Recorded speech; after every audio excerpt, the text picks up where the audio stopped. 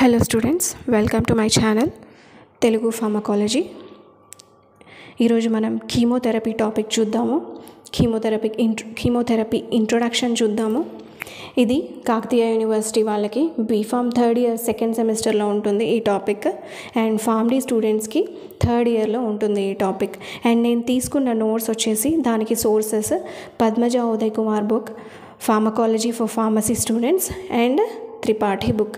ఇవి రెండు standard book students, మీరు వీటిని ఫాలో చేయాలి. నేను తీసుకున్న నోట్స్ కూడా ఈ టెక్స్ట్ బుక్స్లో నుండే. ఫస్ట్ మనం కీమోథెరపీ డెఫినేషన్ చూద్దాము. కీమోథెరపీ అంటే ఏంటి? కీమో అంటే కెమికల్స్ అండ్ థెరపీ అంటే ట్రీట్మెంట్. అంటే కెమికల్స్ని యూజ్ చేస్తూ మనం డిజీజెస్ని ట్రీట్ చేస్తూ ఉంటాము. That is chemotherapy.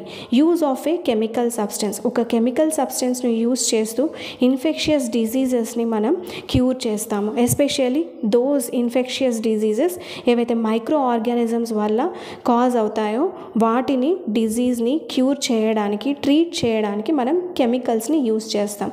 దాన్నే మనం chemotherapy or else treatment with chemicals అని కూడా అంటామన్నమాట. అయితే without damaging the host tissue అంటే ఇప్పుడు ఫర్ ఎగ్జాంపుల్ ఒక డాగ్ని ఎగ్జాంపుల్గా తీసుకుందాం. ఒక డాగ్కి కానీ ఇన్ఫెక్షన్ వచ్చినట్లయితే ఆ డాగ్ హోస్ట్ అవుతుంది.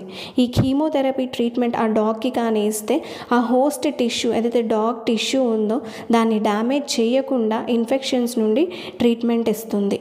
So that is without damaging host tissue. అదే హ్యూమన్ బీయింగ్కి ఏదైనా ఇన్ఫెక్షన్ వచ్చింది, ఫర్ ఎగ్జాంపుల్ ఏదైనా కలరా లాంటిది ఏదైనా డిజీజ్ వచ్చింది, సో ఆ పర్సన్కి మనం ఈ యాంటీబయాటిక్స్ని కానీ ఇస్తే ఆ డిజీజ్ని క్యూర్ చేస్తుంది వితౌట్ డ్యామేజింగ్ హోస్ట్ టిష్యూ. అంటే హ్యూమన్ బీయింగ్ ఆ మనిషి యొక్క టిష్యూని ఆ మనిషికి ఏమాత్రం హాని కలిగించకుండా మైక్రో ఆర్గానిజం వల్ల వచ్చిన ఇన్ఫెక్షన్ని క్యూర్ చేస్తుంది. దీనికి బెస్ట్ ఎగ్జాంపుల్స్ వచ్చేసి antibiotics. Okay, antibiotics are the best examples for chemotherapy. Chemo అంటే కెమికల్స్, థెరపీ అంటే treatment, usage of chemical substance for giving treatment.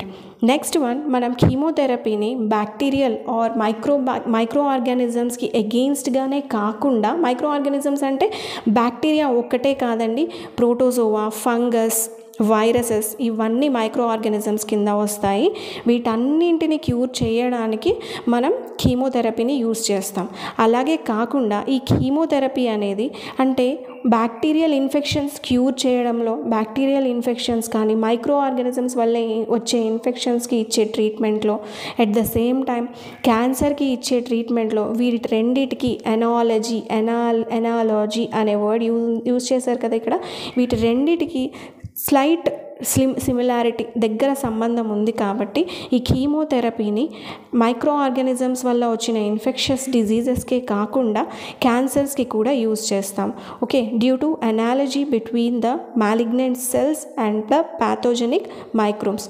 Treatment of neoplastic diseases. ఇక్కడ నియోప్లాస్టిక్ డిజీజెస్ అంటే cancers అన్నమాట. నియోప్లాస్టిక్ డిజీజెస్ని కూడా మనము ఈ కీమోథెరపీ ద్వారా ట్రీట్మెంట్ ఇస్తాము. అవును, చెప్తాము కదా క్యాన్సర్ వచ్చిన వాళ్ళకి కీమోథెరపీ ఇస్తున్నారు, కీమోథెరపీ తీసుకుంటున్నారు అని.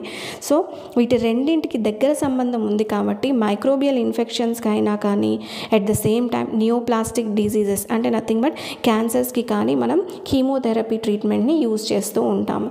అయితే నియోప్లాస్టిక్ డిజీజెస్ అంటే క్యాన్సర్స్. ఇక్కడ మనం మాలిగ్నెంట్ సెల్స్ అనే వర్డ్ని యూజ్ చేసాం.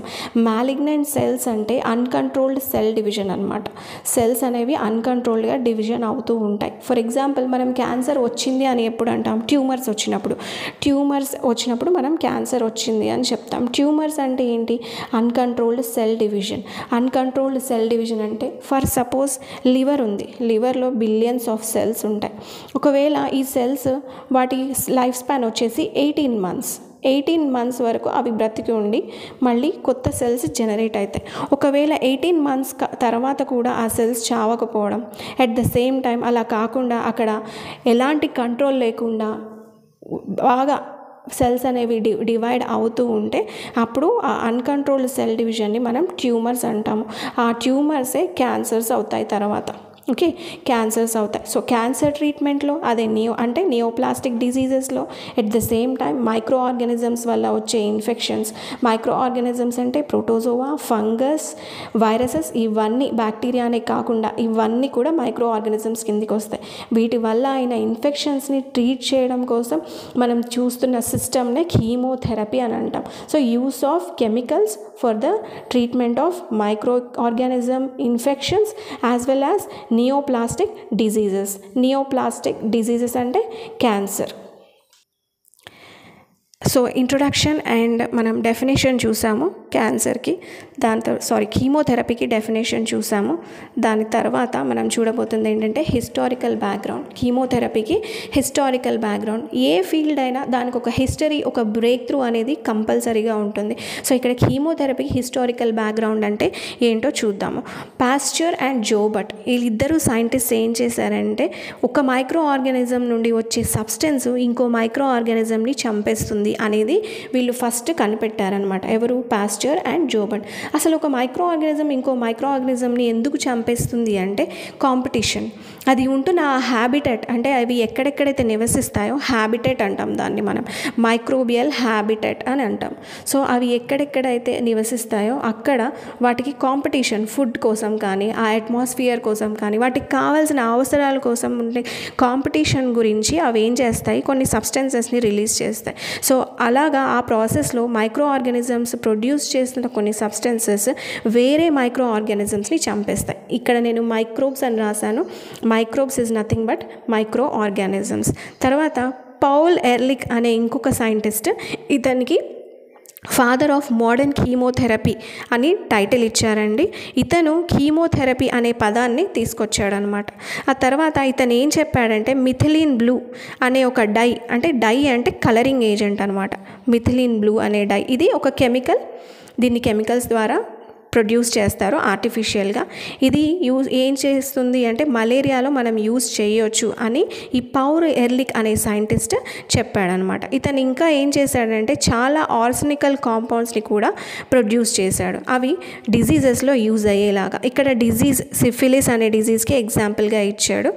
ఆర్సెనిక్ అంటే ఇదొక ఎలిమెంట్ అనమాట, ఇది ఒక ఎలిమెంట్. ఓకే, ఈ సిఫిలిస్ అనేది సెక్షువల్లీ ట్రాన్స్మిటెడ్ డిజీజ్.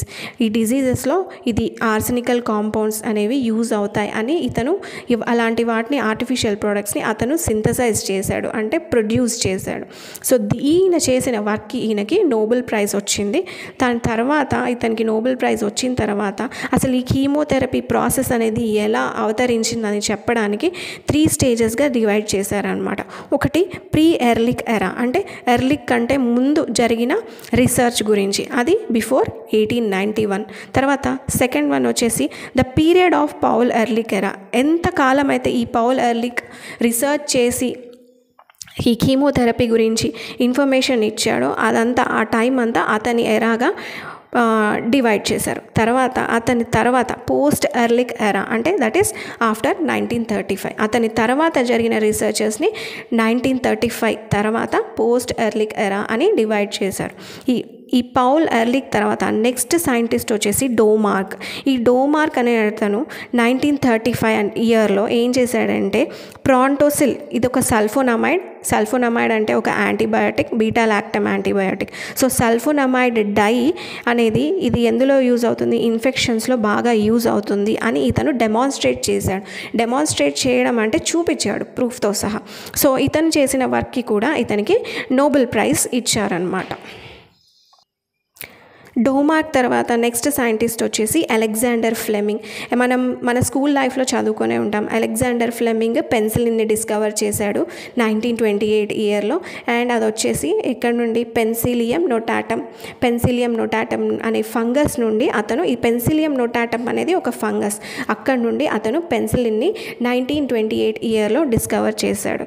అండ్ ఇతను ఏం చెప్పాడంటే పెన్సిలిన్ ఏ వెరైటీ ఆఫ్ మైక్రోబ్స్ని, ఒక గ్రోత్ని ఇన్హిబిట్ ఇన్హిబిట్ చేస్తుంది, అంటే చాలా మైక్రో ఆర్గానిజమ్స్ గ్రోత్ని ఇది ఆపేస్తుంది అని ఈ అలెగ్జాండర్ ఫ్లెమింగ్ డిస్కవర్ చేశాడనమాట. సో ఈ పెన్సిలిన్ డిస్కవరీ అనేది యాంటీబయాటిక్స్ ప్రొడక్షన్కి ఒక గోల్డెన్ ఎరా అని చెప్పుకోవచ్చు. It is a golden era. Discovery of penicillin was the beginning of golden era of antibiotics. Now ఈ కీమోథెరప్యూటిక్స్ అంటే కీమోథెరప్యూటిక్ డ్రగ్స్ అనేవి ఎలా క్లాసిఫై చేశారు? Okay, 2 types of classification. బేసిక్గా ద మేజర్ క్లాసిఫికేషన్ వచ్చేసి 2 types. ఒకటి యాంటీ మైక్రోబియల్, ఇంకొకటి యాంటీ క్యాన్సర్ అనమాట. యాంటీ మైక్రోబియల్ అంటే మైక్రో ఆర్గానిజమ్స్కి అగెయిన్స్ట్గా, నేను ఇందాక చెప్పాను కదండి, మైక్రో ఆర్గానిజమ్స్ అంటే not just bacteria, virus, protozoa, fungus అన్నీ వస్తాయన్నమాట. వాటికి డివైడ్ చేశారు. తర్వాత ఇంకొక సెట్ వచ్చేసి anti cancer are anti neoplastic. క్యాన్సర్కి కానీ, నియోప్లాజం అంటే నథింగ్ బట్ క్యాన్సర్సే, వాటికి అగెయిన్స్ట్గా యూజ్ చేస్తాం.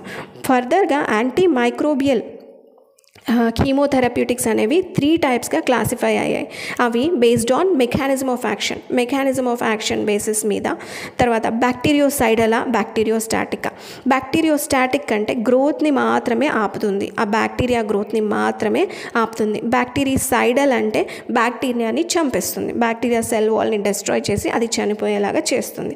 తర్వాత spectrum, based on the extent of action, broad స్పెక్ట్రమా, నారో స్పెక్ట్రమా అనేసి. బేస్డ్ ఆన్ ద స్పెక్ట్రమ్ అంటే బ్రాడ్ ఆర్ నారో అనేసి. నారో స్పెక్ట్రమ్ అంటే ఓన్లీ కొన్ని బ్యాక్టీరియా మీదనే పనిచేస్తాయి అని అర్థం.